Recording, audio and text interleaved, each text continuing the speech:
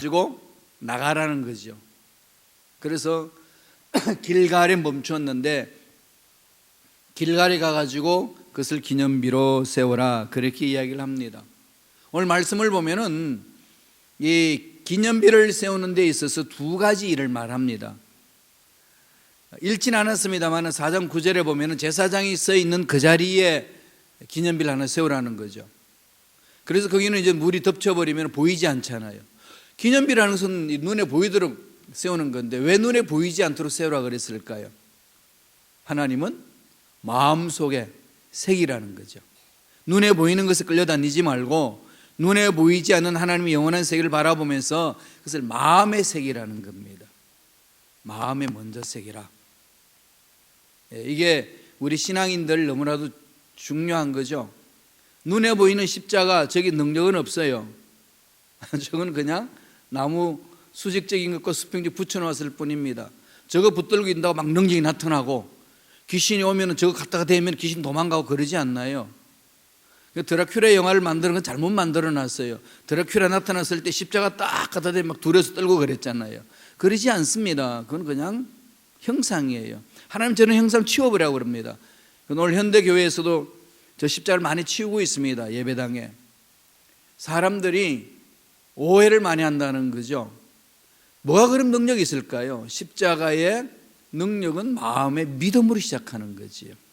믿음에서 나오는 거지 십자가 그 자체의 능력이 있지는 않습니다. 그건 상징일 뿐이에요. 다만 그 상징 속에 예수님이 나의 모든 죄를 짊어지시고 인류의 모든 죄를 짊어지시고 돌아가셔서 믿는 자마다 구원을 얻는다 라고 하는 그 믿음을 가질 때 그 능력이 있는 거지, 그냥 목걸이 십자가 다닌다고 사고 안 나고 그 십자가를 가슴에 붙여놓는다고 심장마비가 안 걸리고 그렇지 않습니다.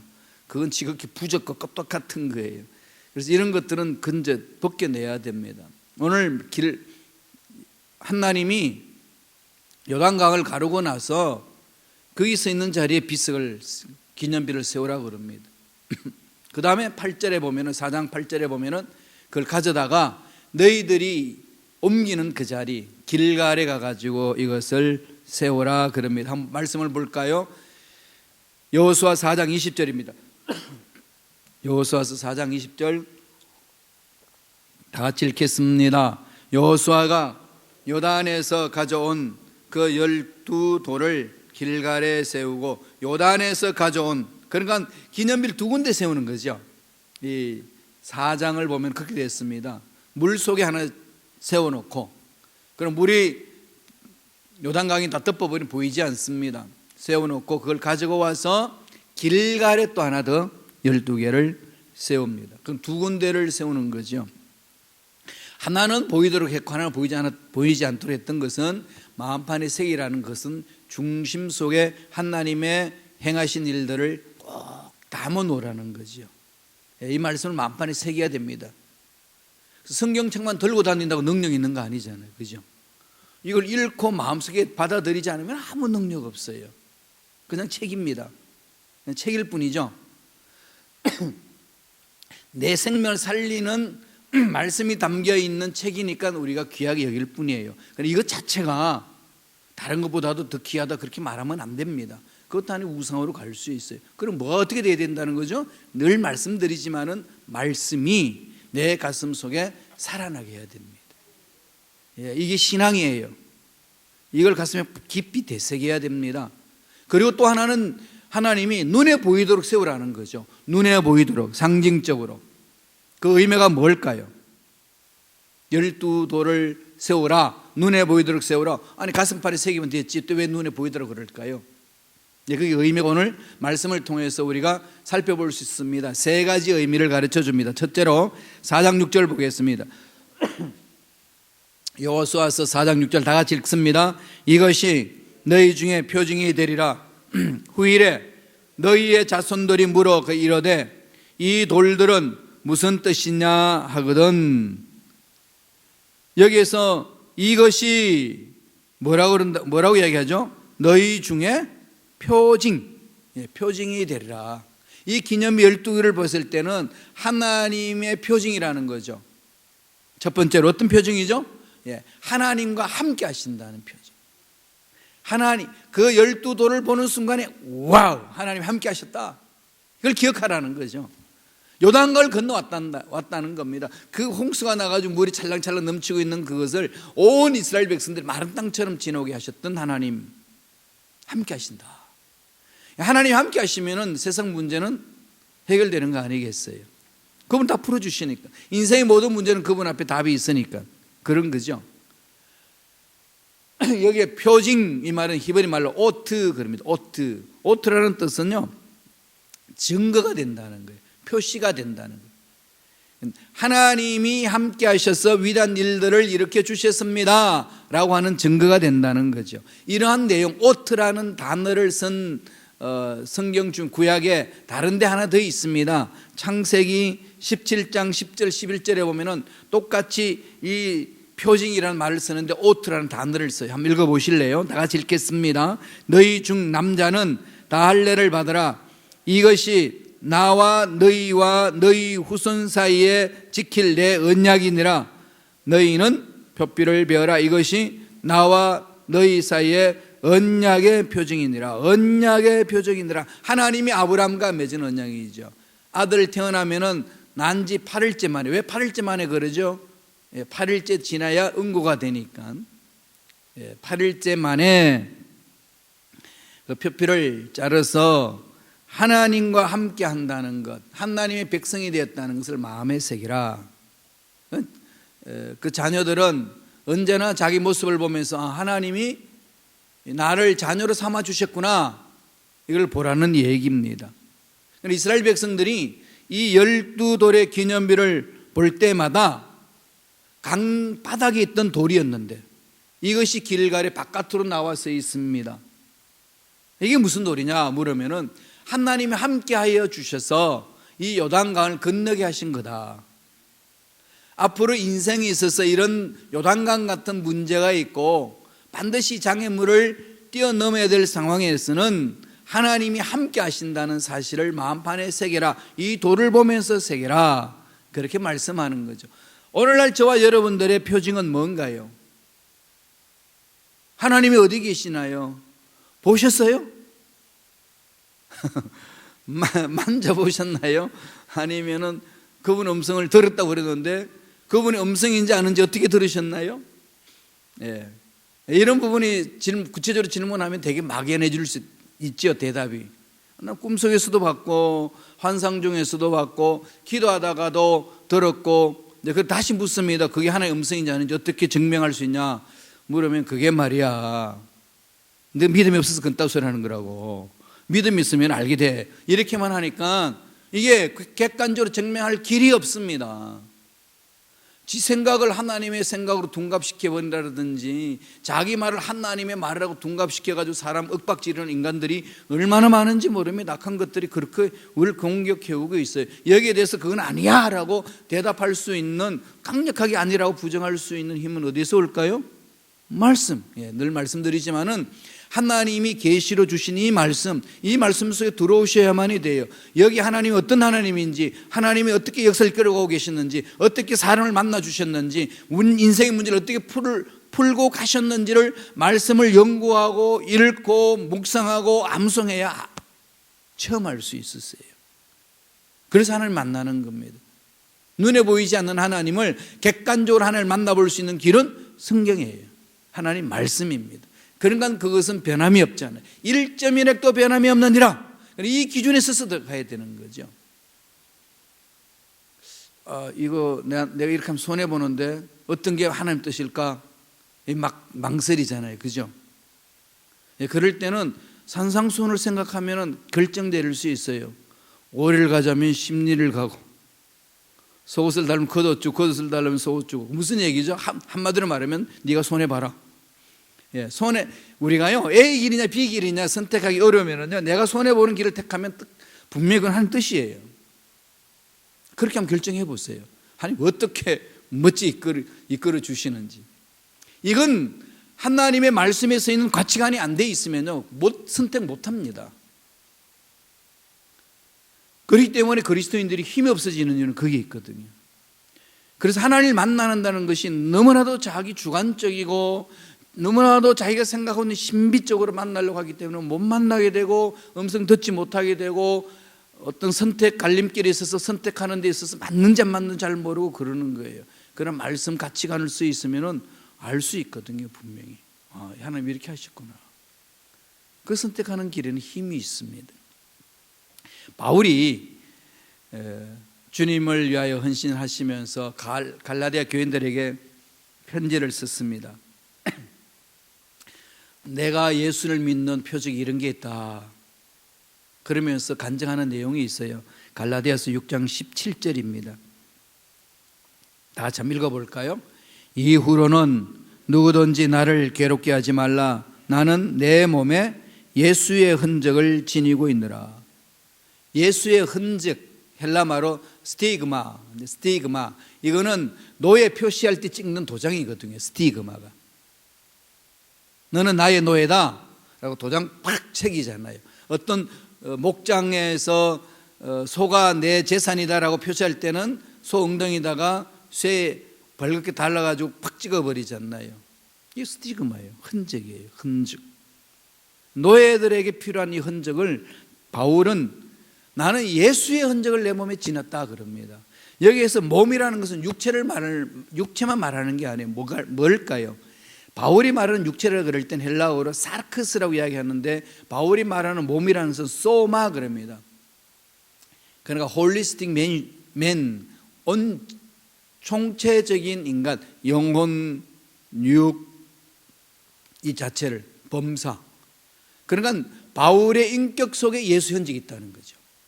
바울의 가치관 속에 예수 흔적이 있습니다.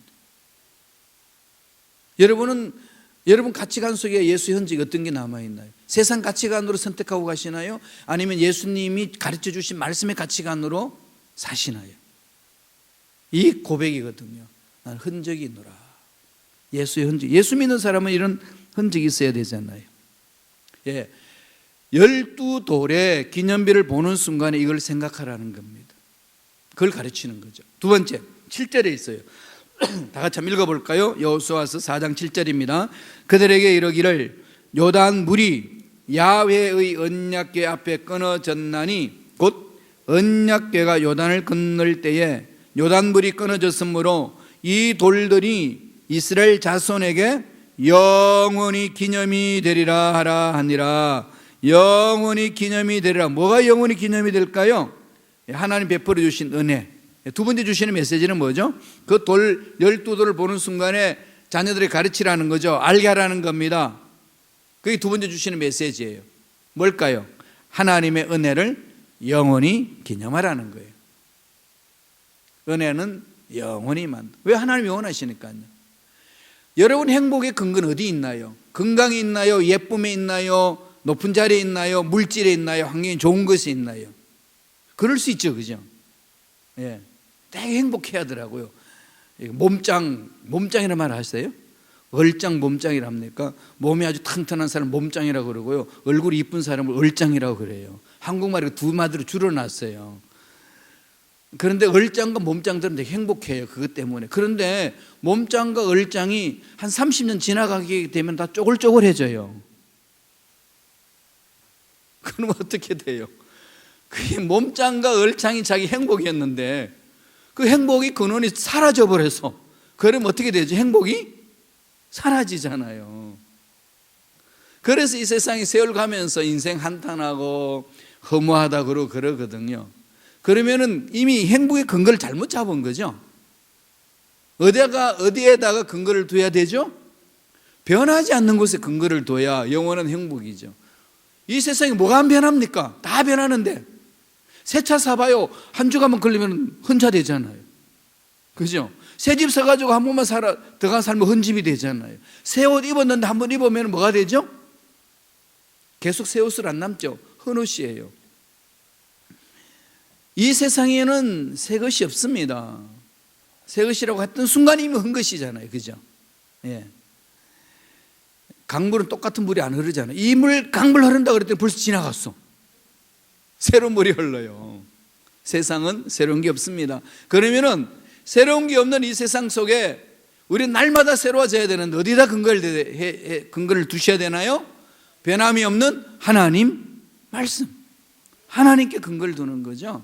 하박국 선지자가 예언자가 그러지 않나요? 나는 소철이 없고 외양간에 소가 없고 뭐 내가 원하는 대로 없어도 나는 기뻐한다. 왠 줄 아냐? 하나님 때문에 기뻐하는 거다. 왜? 하나님 변함이 없으니까. 있고 없고 문제가 아니라는 거죠. 이게 다 아는 내용이잖아요, 그죠? 다 아는 내용인데 그게 왜 안 될까요? 여기 훈련 안 돼서 그래요. 자꾸 이걸 되새기셔야 됩니다. 나의 행복의 근원은 하나님이십니다. 살아계신 말씀입니다. 이건 변함이 없으니까 행복은요, 환경이 어떻게 뒤집혀지든지요 흔들리지 않습니다. 그래서 영원한 은혜, 하나님을 인하여서 나 은혜를 받았구나, 지난날 돌아보니까 모든 게 은혜구나 그러잖아요. 그래서 고백하면서 주를 바라보는 거죠. 이 은혜라는 말을 여기서는 기념하라, 하나님의 은혜를 영원히 기념하라 말은 이 지카론, 히브리 말로 지카론 그러는데요. 이 말은 하나님만을 이렇게 바라보라, 이런 어떤 뜻을 가지고 있습니다. 그리고 이 뜻을 그대로 사용했던 성경에 보면은 출애굽기 12장 14절에 있어요.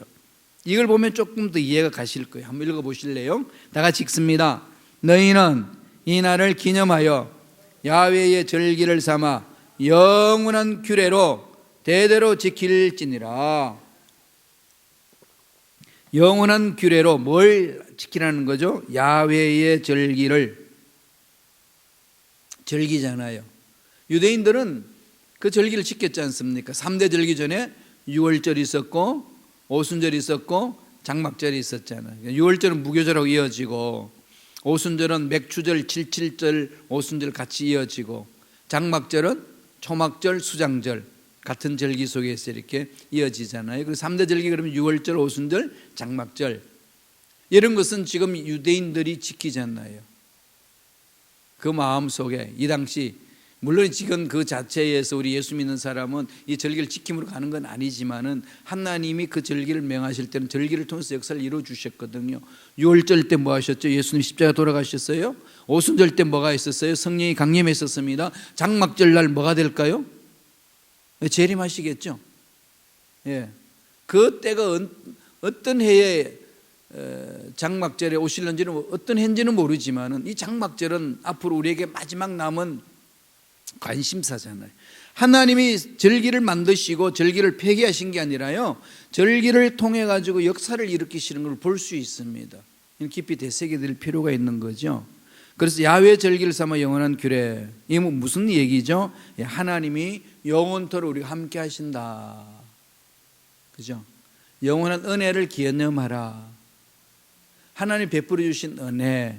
유월절은 출애굽에서 벗어나게 해준 것, 오순절은 말씀을 받아서 감사하는데 성령의 기름 부심이 임한 것, 장막절은 어떻게 되죠?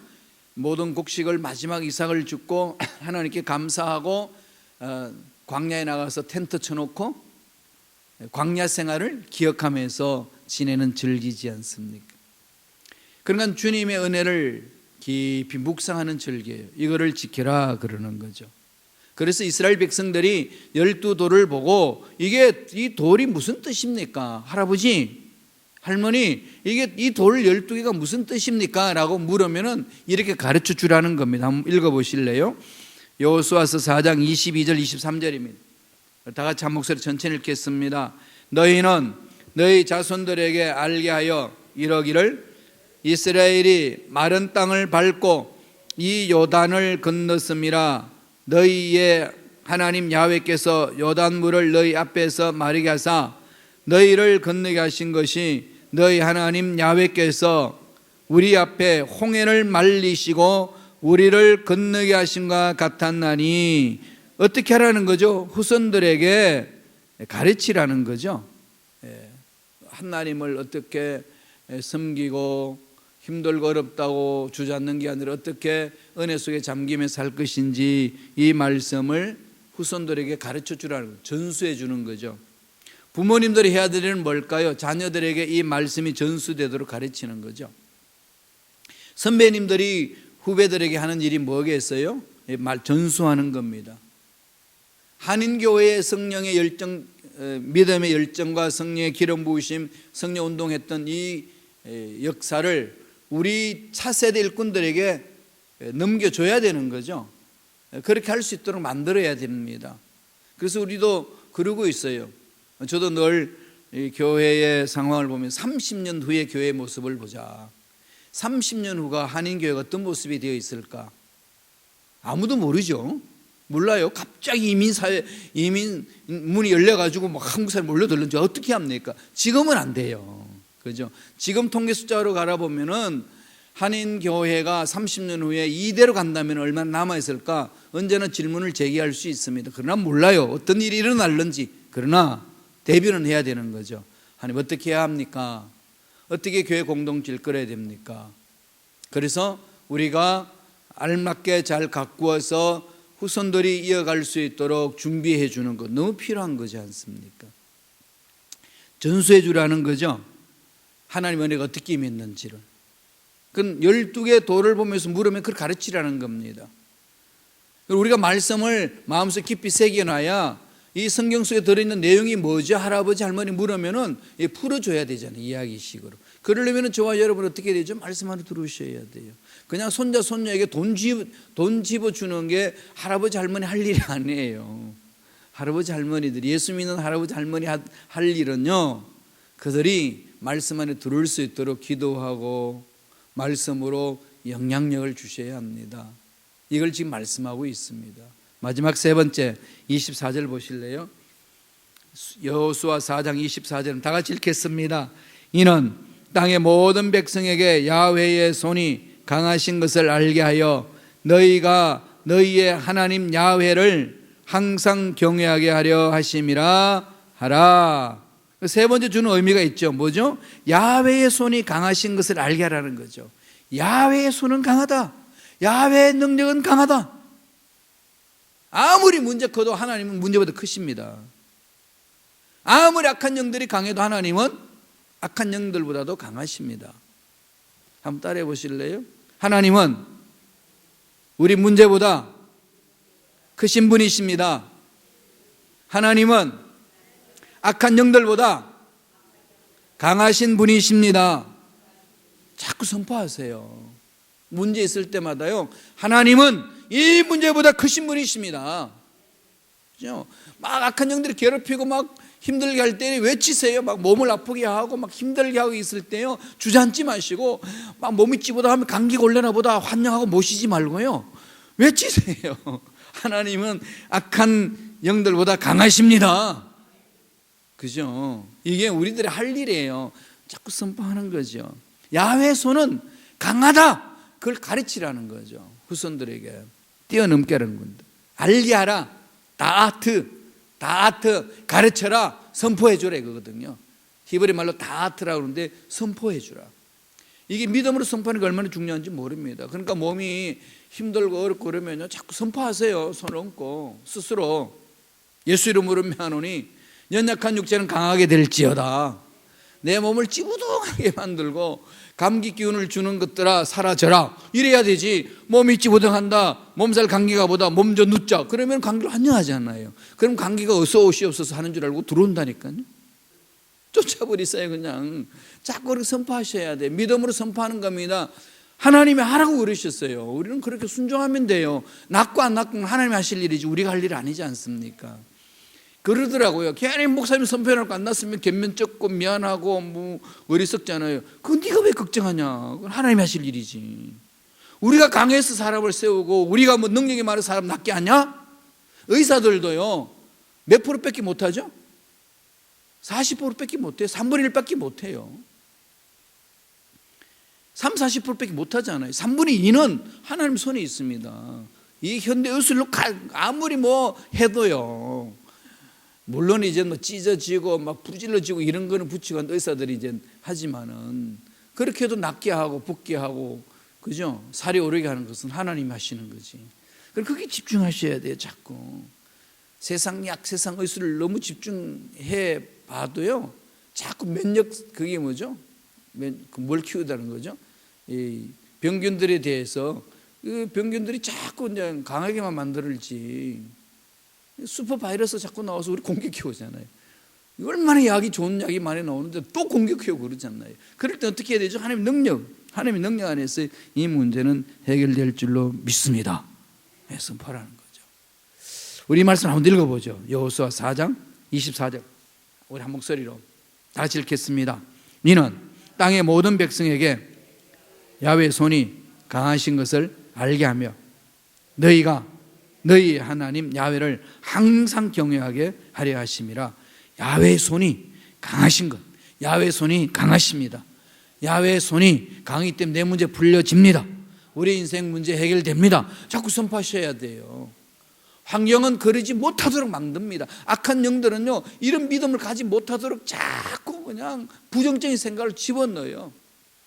이럴 때마다 우리는요, 반대급부로 일어나야 돼요. 하나님은 강하십니다. 하나님이 함께하면 되는 줄로 믿습니다. 선포하심으로 승리하는 멋진 삶을 사시길 간절히 축원합니다. 기도하겠습니다. 하나님 아버지 감사와 찬양을 드립니다.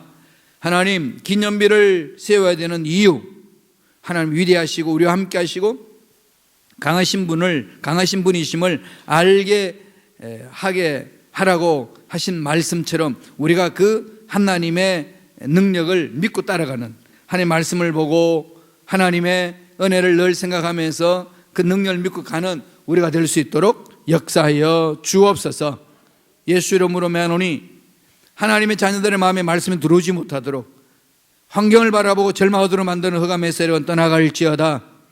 믿음으로 선포하지 못하도록 입을 막아버리는 악한 영들은 떠나갈지어다. 사라질지어다. 주여, 믿음으로 말씀을 가슴판에 새기고 믿음대로 입술로 선포하며 승리를 향해 달려가는 믿음의 일꾼들 되게 역사하여 주옵소서.